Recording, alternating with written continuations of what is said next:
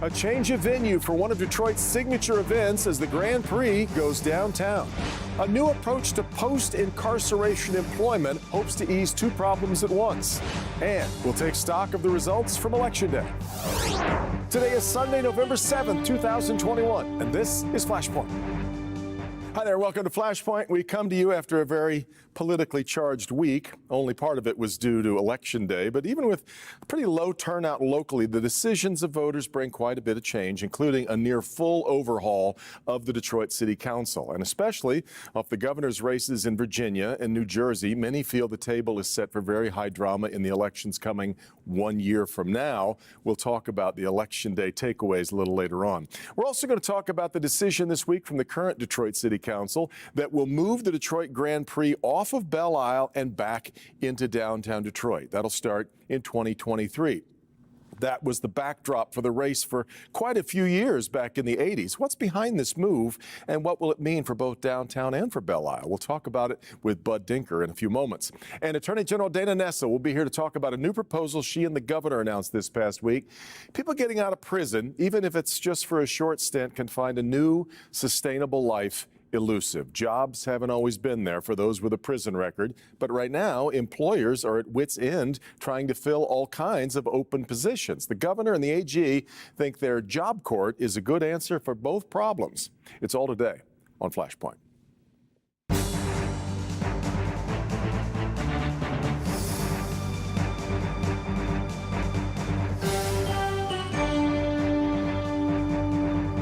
All right, quite a bit to get to this morning. I want to start with a big change for a signature Detroit event, the Detroit Grand Prix. Now, next year's edition will again be on Belle Isle, but come 2023, the big race moves back to its roots on the streets of downtown Detroit. And joining us to talk about it is the chairman of the Detroit Grand Prix, Bud Dinker. Bud, really good to have you on the program. This is really interesting. You and I were talking earlier. I assumed that this had been in the works for a long time, even though it feels to many of us that this just sort of popped up out of nowhere.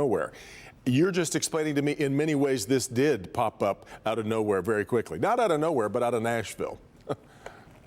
Yeah, I did, Devin. Thanks for having me on today, and it's great to be here with your viewers. And the idea actually came at the first part of August to have this idea to bring it downtown. And it was at the Nashville Grand Prix, an IndyCar race we had for the first time ever on the streets of Nashville. And it brought that community together so much. It galvanized the city, brought excitement, concerts, people. Hundreds of thousands of people were downtown. And at that time, I said, you know what?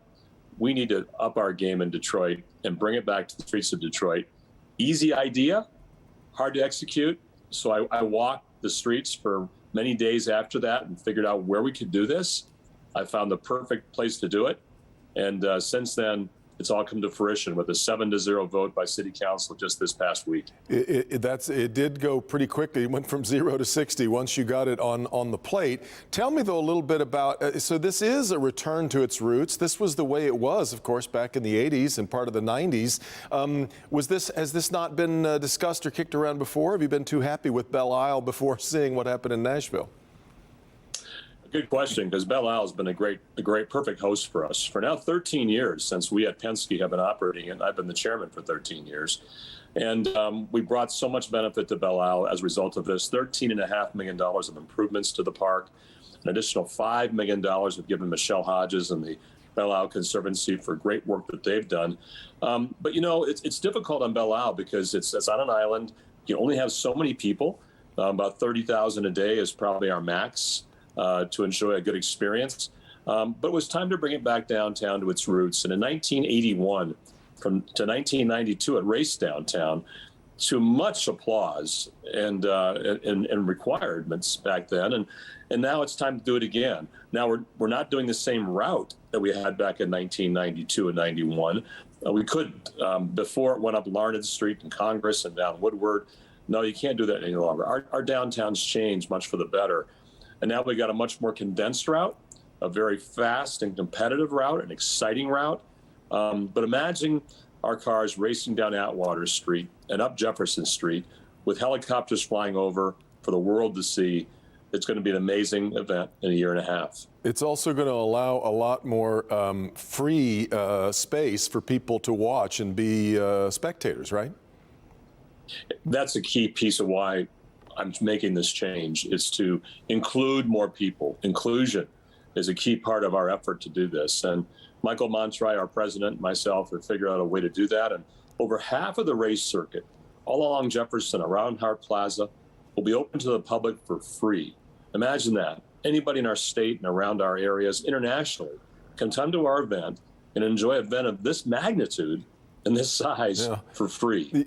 That's cool. You're not oblivious, I don't think, to the complaints, though, that some have had, especially since Belle Isle became a state park. There were a lot of people who did not like the idea that they had to get off the island for so long during the race preps. Did any of those complaints, any of that frustration on the part of some Detroiters, did that play into this at all? I think it played a part into it for sure. We're not blind to that or deaf to that as well. And it takes a while to build this track, as you know. You build it and you take it down. It takes us 59 days. But we have 3 more years on our contract with the DNR, 22, 23, and 24. We haven't exercised our contract for 23 and 24, so it's a perfect time for us to reconsider this. And we're not going to abandon Belle Isle. I want to be sure people know that. Without us being there and DTE support, the Scott Fountain probably wouldn't be running.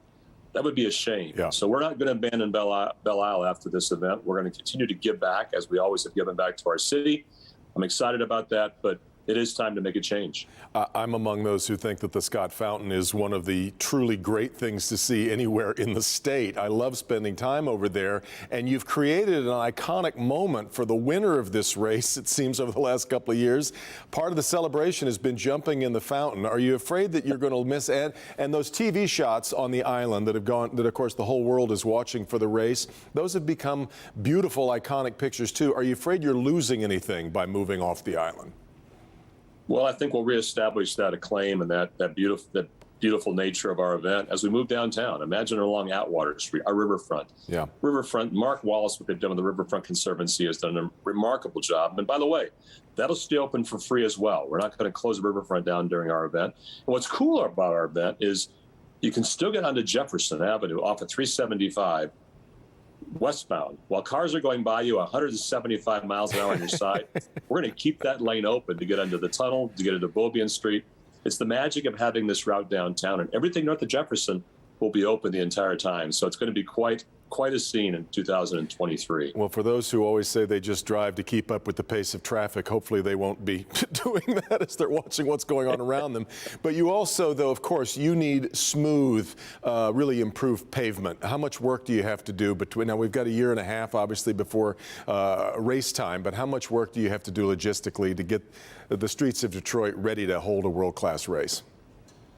You know, it's interesting that there's probably half of the race circuit is okay, believe it or not. Wow. Our race tolerances of about 1/8 of an inch are okay in a number of parts of the race route. However, Jefferson Avenue, which MDOT owns, by the way, not the city, MDOT, will resurface that. We've gotten great cooperation from that. GM owns part of Atwater. Right. So we're meeting with GM to surface some changes there as well, too. And the city owns part of it, too. So we have 3 entities in a 1.7-mile circuit to deal with. They've all been very cooperative. They've all been so helpful. And we'll start making those changes in 2022. And the Grand Prix is going to pay for some of those changes as well. So we're not immune from that as well, too. So, but there are going to be changes. But I got to tell you, we're going to have a great surface in that area for people to use year-round. It's going to be some kind of event to watch as it all takes shape. Bud, I so appreciate the time. I guess congratulations are in order for how quickly you've pulled all this together, and can't wait to see the next edition. Thanks so much for being here.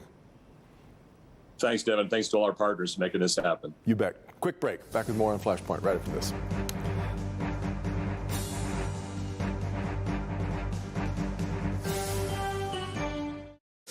HAP has been part of the Michigan community since 1960, and we're here with Medicare Advantage plans designed just for you, with benefits like dental, hearing aids, over-the-counter allowance, transportation, travel coverage, and telehealth. Call 888-889-2655 to learn more and get your free Medicare benefits guide. Hurry, Medicare enrollment ends December 7th. HAP Medicare Advantage. Made in Michigan, for Michigan. It's Detroit's #1 Veterans Day mattress sale, and it's only at Gardner White. Right now, get the luxurious Beauty Rest Black, With its innovative 4.0 cooling system and pocketed coil technology for better sleep. As low as $1 a day, with 0% financing up to 60 months. Plus free TV, free adjustable base, free MasterCard. You won't have to wait because it's in stock with free same-day delivery. It's our biggest Veterans Day sale ever, only at Gardner White.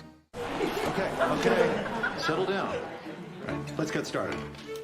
What happens when an unstoppable force meets an immovable object?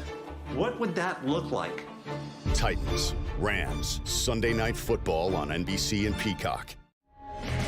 Brought to you on Local 4 by FanDuel Sportsbook. Make every moment more. You can make six figures without a 4-year degree. No way.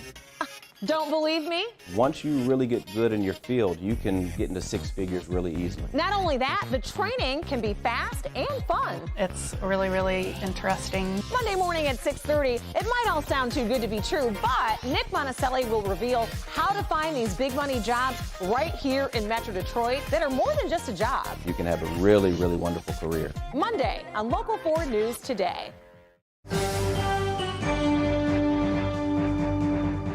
Couple of problems that we've talked about often on this program. First, too often when someone gets out of prison, they end up heading right back in. Criminal justice activists say it's often because there just aren't a lot of opportunities for ex-cons. Frame that against the fact that right now we have a massive worker shortage and millions of open jobs in America. Might there be a way of solving both problems at once? Governor Whitmer and Attorney General Dana Nessel think so.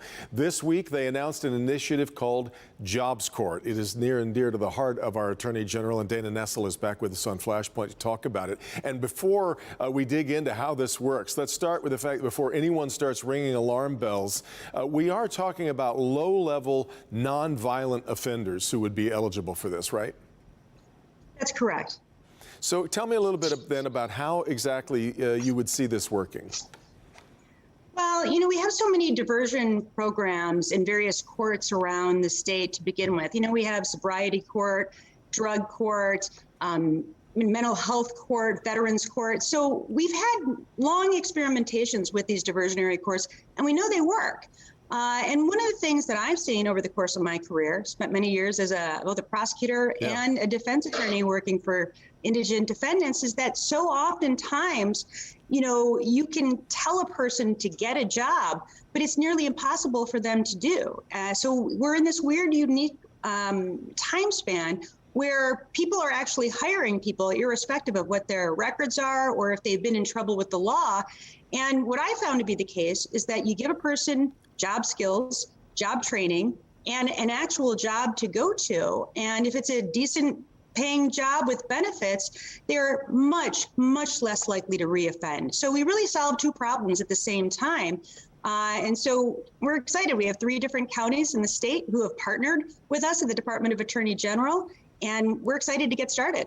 There are clearly a bunch of people who come out and do need an opportunity. We also know, you know this from all of the time that you've spent in courtrooms, we also have some bad eggs. How do you try to delineate the difference between the two as you try to move people, the right people, into this program? Well, we're starting with a total of 450 defendants who currently have cases pending.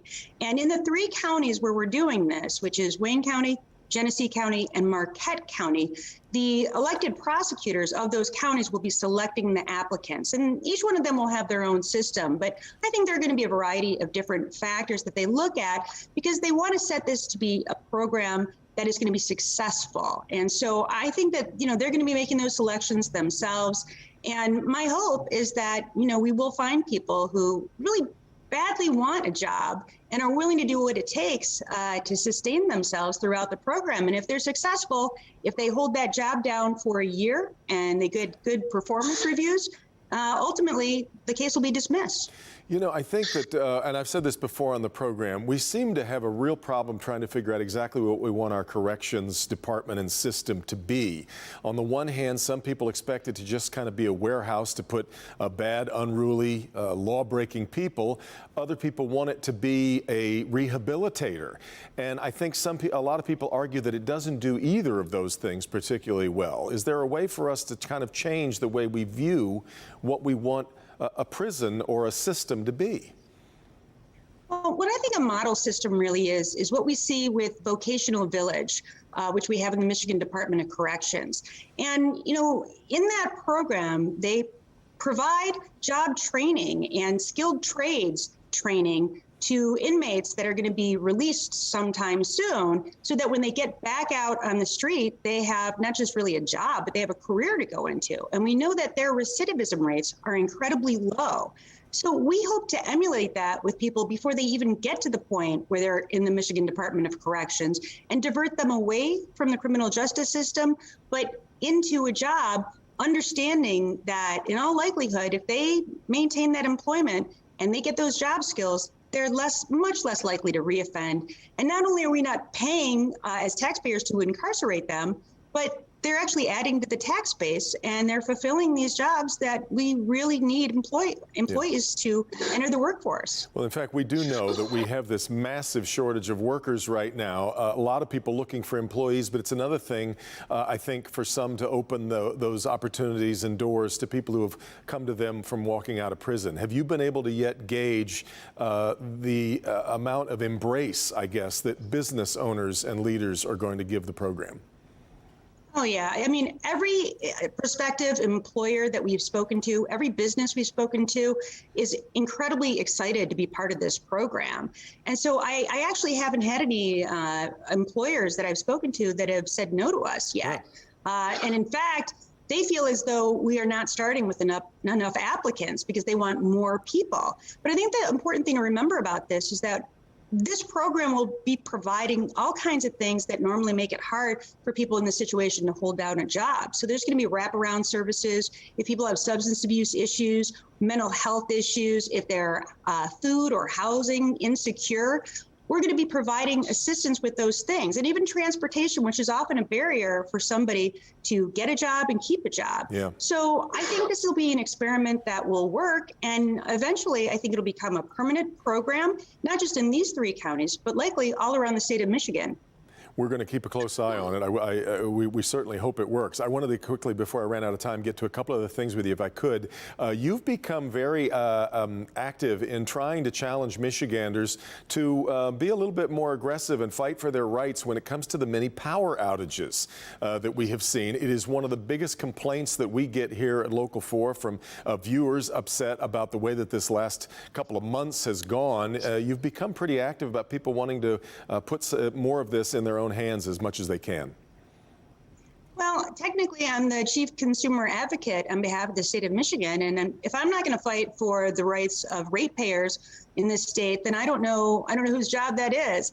And so, yeah, I'm demanding accountability from DTE and consumers and other utilities. And I think, you know, these power outages, the number of power outages we're having, the severity of them, the length of them, is unacceptable. I think there's more that the utilities can and should be doing. And I'm demanding that the Michigan Public Service Commission go to greater lengths to assist customers. What we're seeing right now is simply unacceptable.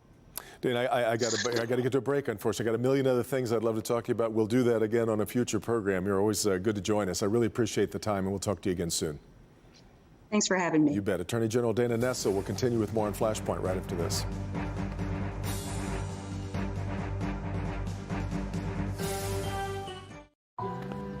"42 million Americans struggle with hunger, yet 35% of the food in America is wasted. The Kroger Company's Zero Hunger, Zero Waste Foundation is working to create communities free of hunger and waste. Together, we can help end hunger. Learn more at zerohungerzerowastefoundation.org. Sebastian Maniscalco. Nobody does this tour.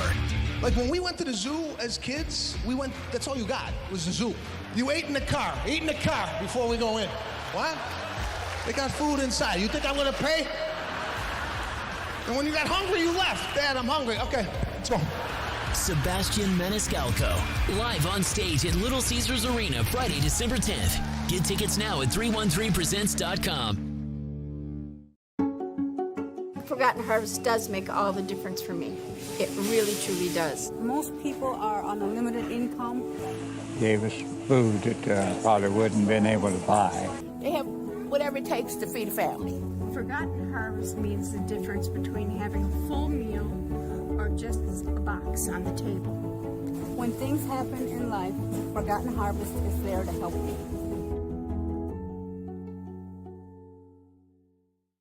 Fall in Metro Detroit. Yeah, we know. Oh, that's nice. But did we just lose power? Fall weather events, big and small, can really affect your life. That's why the local forecasters are here. Don't let severe weather make you feel powerless. Count on Local 4, click on Detroit, and the Local Forecasters app to keep you informed all season long.